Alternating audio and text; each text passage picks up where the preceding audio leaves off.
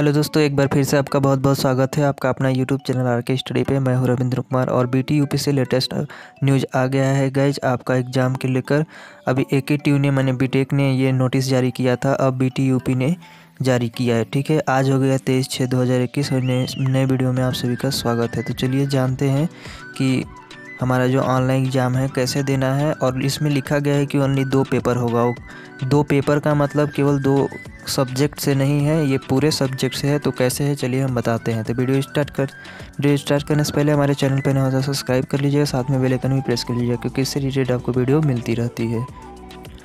तो गाइज यहाँ पे देख सकते हैं, यहाँ आया गया है, ईमेल द्वारा भेजा गया है। ये डेट आपको दिखा देते हैं, 22/6/2021 को मेल किया गया है लखनऊ से और आज है 23/6/2021। ठीक है, प्रेषक सचिव प्रभारी शिक्षा परिषद उत्तर प्रदेश लखनऊ सेवा में प्रधानाचार्य निर्देश समस्त राजकीय अनुदानित निजी क्षेत्र की संस्थाएं, माने जितनी भी संस्था है सभी के लिए। ठीक है, विषय में पढ़ लीजिएगा कि कोविड-19 महामारी के दृष्टिगत सम सेमेस्टर वार्षिक परीक्षा जुलाई 2021 के अध्ययनरत छात्र छात्राओं की परीक्षा ऑनलाइन माध्यम से कराए जाने के संबंध में। ठीक है, तो देख सकते हैं कि यहाँ पे ऑनलाइन के माध्यम से कराए जाने का है। एक मोस्ट जो चीज़ है वो आप आज समझ लीजिएगा। ठीक है, तो यहाँ पे देखिए महोदय लिखा है कि महोदय कृपया उपरोक्त विषय परिषद के पत्रांक संख्या यहाँ पे दिया गया है 14 जून, दिनांक दिया गया है 14 जून 2021 के संदर्भ ग्रहण करने का कष्ट करें। ठीक है, उक्त के क्रम में अवगत कराना है कि कोविड-19 महामारी के दृष्टिगत परिषद द्वारा आयोजित आगामी सम सेमेस्टर वार्षिक परीक्षा जुलाई 2021 में अध्ययनरत छात्र छात्राओं की परीक्षा ऑनलाइन माध्यम से आयोजित कराया जाना प्रस्तावित है। ठीक है, ये सभी को पता है कि जो हम लोग का एग्ज़ाम है जुलाई में होना है।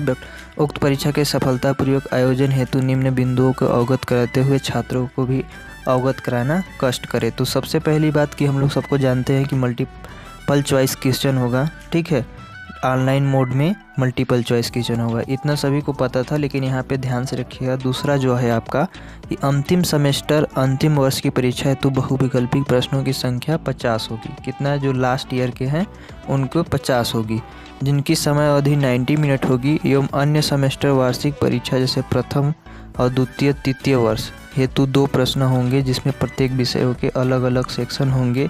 एवं अलग अलग सेक्शन में विषय को रखा जाएगा एवं प्रत्येक प्रश्न में 50 प्रश्न होंगे। तो जो प्रथम ईयर के और द्वितीय ईयर के, मतलब प्रथम वर्ष और द्वितीय वर्ष के जो स्टूडेंट हैं, यहाँ पे ध्यान में रखिएगा कि जो आपका एग्ज़ाम होने वाला है, ठीक है, वो 2 पेपर तो होगा।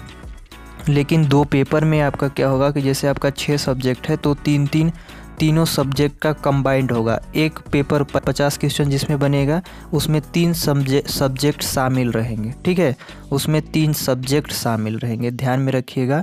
और एक फिर 50 क्वेश्चन बनेगा जिसमें 3 सब्जेक्ट शामिल रहेंगे।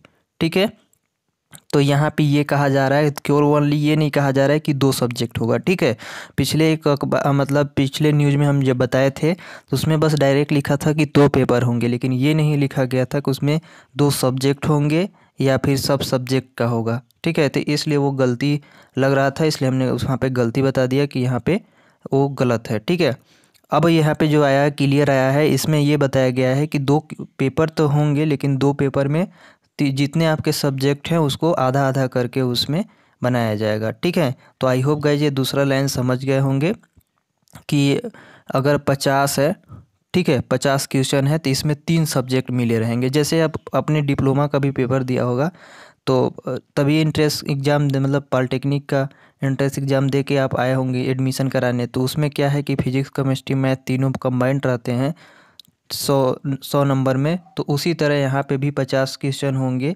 जिसमें आपको 90 मिनट्स मिलेंगे, तो इसमें 3 सब्जेक्ट रहेंगे। ठीक है, तीसरा है कि समस्त अध्ययनरत छात्र छात्राओं अपने घर, साइबर कैफ़े या अपने स्थान में उपस्थित, यहाँ पे या है। ठीक है, यहाँ पे ध्यान से रखिएगा कि समस्त अध्ययनरत छात्र छात्राएं अपने घर, साइबर कैफ़े या अन्य संस्था में उपस्थित होकर एंड्रॉयड मोबाइल, लैपटॉप, कंप्यूटर इत्यादि माध्यम से ऑनलाइन परीक्षा दे सकते हैं। इसका मतलब यहाँ पे यह है कि आपके पास मोबाइल भी है तो आप घर से भी दे सकते हैं। यहाँ पे या में दिया गया, ठीक है, जरूरी नहीं यहाँ पे लिखा है कि संस्था में उपस्थित होकर एंड्रॉयड मोबाइल। ठीक है, तो इसको गलती मत समझिएगा, इसका कहने का मतलब है कि आप घर से भी दे सकते हैं, लेकिन ठीक है, लेकिन यहाँ पे जैसे कि आपके पास Android phone, mobile, laptop, computer इत्यादि कुछ भी होना चाहिए। तब आप घर से भी दे सकते हैं। ऐसा ज़रूरी नहीं है कि आप संस्था में उपस्थित होकर दे सकते हैं।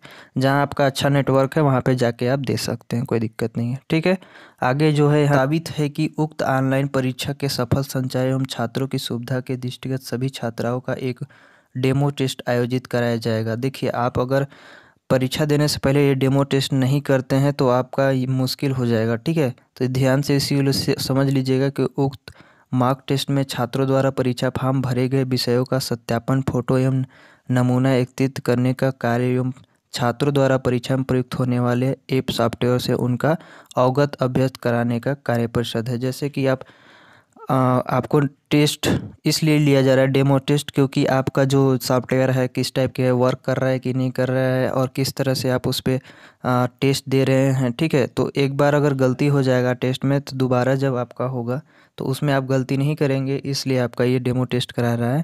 तो और उसमें सब आपका जैसे फ़ोटो वगैरह हो गया, नाम वगैरह हो गया, तो पूरा उसमें चला जाएगा। ठीक है, यदि आप मॉक टेस्ट नहीं देते हैं तो उसकी जिम्मेदारी आपकी होगी। यहाँ पे लिखा गया है कि उक्त मॉक टेस्ट में सभी छात्रों को प्रतिभाग करना अनिवार्य है।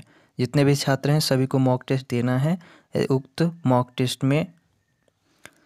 टेस्ट में यहाँ पे देख सकते हैं कि किसी भी छात्र द्वारा प्रतिभाग नहीं किया जाता है तो ऐसी स्थिति में छात्राओं को यदि मुख्य परीक्षा में किसी भी प्रकार की असुविधा होती है तो छात्र स्वयं उत्तरदायी होंगे। यानी जब मॉक टेस्ट आप नहीं देंगे और डायरेक्ट आप पेपर देंगे तो अगर कोई भी प्रॉब्लम होगा तो उसको आपको फेस करना पड़ेगा, उसके लिए संस्था जिम्मेदार नहीं होगी। ठीक है, उपरोक्त कार्य संबंध महत्वपूर्ण एवं सर्वोच्च प्राथमिकता है, अतः इस कार्य में किसी भी प्रकार की शिथिलता न बरती जाए।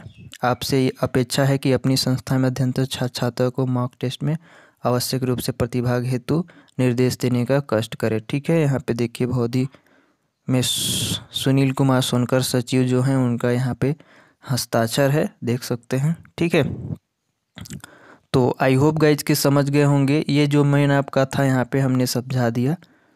यहाँ पे जो आपका मेन था कि पेपर कैसे कैसे होने वाले हैं, तो आई होप कि समझ गए होंगे कि आपका सब सब्जेक्ट का होगा, सब सब्जेक्ट का आपको तैयारी करना है। ठीक है, कोई भी सब्जेक्ट छोड़ना नहीं है, सब सब्जेक्ट तैयारी करने हैं, बस उसी में कंबाइंड रहेंगे। ठीक है, दो पेपर बनेंगे लेकिन दोनों में क्या होंगे, कंबाइंड रहेंगे, तीन तीन सब्जेक्ट के।